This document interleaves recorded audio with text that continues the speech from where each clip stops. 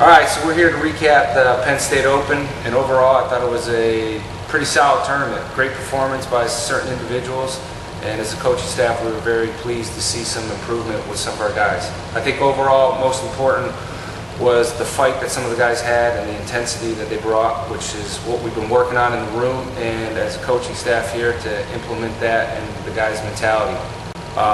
Individually, guys who had great tournaments that stand out in our mind.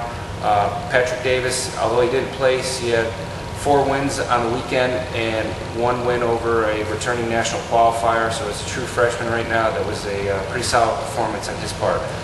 Also, Tyler Hunt, true freshman, had 6 wins on the weekend and 1 big win, which was pretty impressive, beating the number 17th ranked kid in the country and dominated in that match.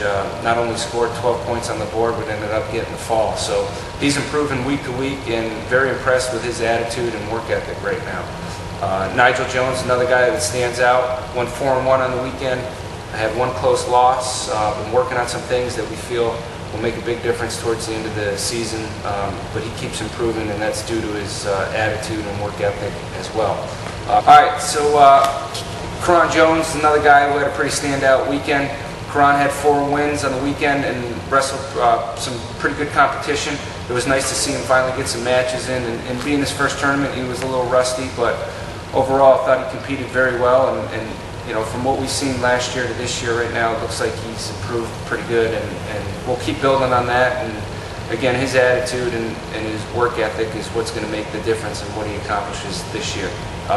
Capturing out the weekend was Nick Wisdowski, finishing first place for the 3rd week in a row.